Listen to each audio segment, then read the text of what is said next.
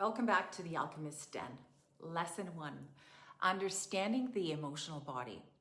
Today, I'd like to introduce one of the most important aspects of our healing journey, our emotional body. Most of us were taught how to think, how to perform, how to succeed, and how to fit into society. But very few of us were taught how to understand emotions. Instead, many of us learned to suppress them, judge them, or fear them. As empaths, highly sensitive people, and those on a spiritual path, this becomes even more challenging because we don't only experience our own emotions, we often absorb the emotional energy of others as well, and of our environment. One of the greatest gifts we can give ourselves is learning emotional intelligence, not by controlling our emotions, but by understanding what they are trying to communicate. Every emotion is simply energy in motion. It is information. It is guidance. And when we stop resisting our emotions and begin listening to them, they become incredible teachers.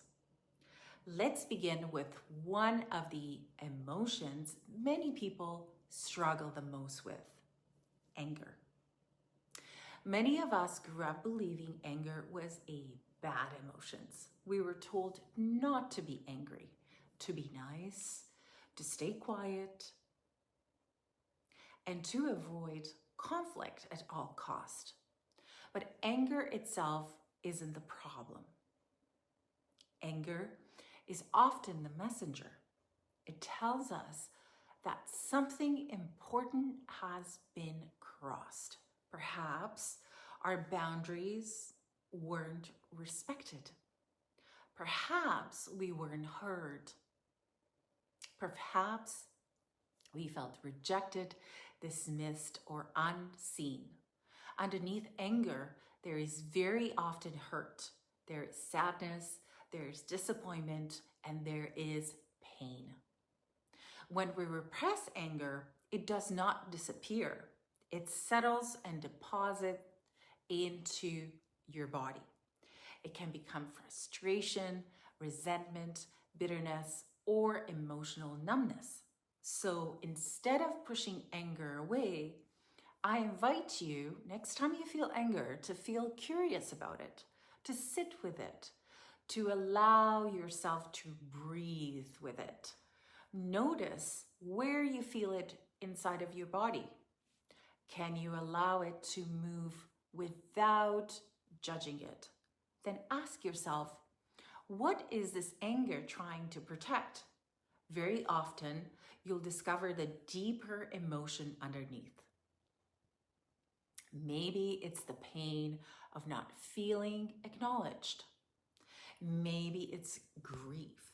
Maybe it's shame. Maybe it's the fear that your needs don't matter.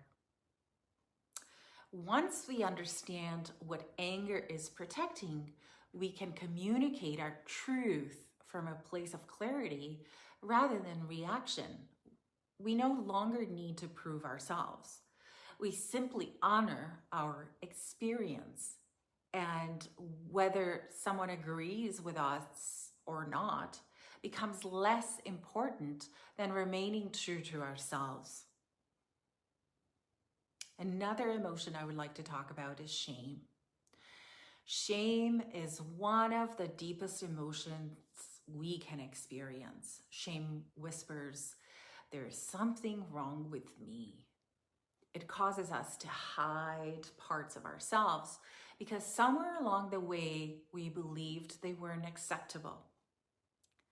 Perhaps we became too emotional, too sensitive, too loud, too quiet, too different, too much, or somehow not enough. Shame teaches us where we have abandoned ourselves. Healing shame isn't about becoming perfect. It's about offering ourselves complete acceptance. It is choosing authenticity over perfection. The more we allow ourselves to be fully seen, flaws and all, the less power shame has over us. And in that space, we begin to express and experience our true freedom or our true nature. Guilt. Guilt is something I see very often in empaths, especially when they begin setting boundaries. Many people feel guilty for saying no, guilty for taking up space, guilty for speaking their truth, or guilty for putting themselves first. This often leads to people pleasing, overgiving, and staying in relationships, jobs, or family dynamics that are no longer healthy. When our nervous system has spent years believing love must be earned through giving, saying no can feel really unsafe. But healing teaches us something different. Meeting our own needs isn't selfish, it is self-respect. When we honor ourselves first, we naturally give from fullness rather than exhaustion. And over time, guilt begins to transform into peace. Let's talk about grief, sadness, and pain. These emotions live deeply within the heart. They are part of being human and having a human experience. If we love deeply, we will also experience loss. Whether it's ending a relationship, the loss of someone we love, a career changing, or a dream ending, or simply letting go of old versions of ourselves. Grief asks us to slow down, to honor what mattered, to acknowledge what has changed. We don't need to rush grief. We don't need to fix it. We simply need to allow it to move through us, through our hearts. One beautiful truth I've learned is that grief and joy can actually coexist together. You can miss someone deeply and still choose to laugh. You can feel sadness and still experience gratitude. Healing isn't about eliminating painful emotions. It's about allowing our hearts to become spacious enough to hold all of them. Let's move into anxiety and depression. Many people experience anxiety or depression, and these experiences can arise for many different reasons. Sometimes unprocessed emotions, chronic stress, trauma, or living disconnected from ourselves can contribute to feeling emotionally overwhelmed. When emotions are continually pushed aside, the body often continues asking for our attention in different ways. This is why reconnecting with your emotional world is so important. Feeling, expressing, moving, processing, instead of avoiding. Learning how to feel. Our emotions are not our enemies. They are invitations. They are messengers. Invitations and messengers to come back into relationship with ourselves. Some beautiful ways to begin processing emotions include journaling, meditation, breath work, movement, spending time in nature, energy healing, talking to someone you trust, or simply sitting quietly with yourself and asking, what am I feeling right now?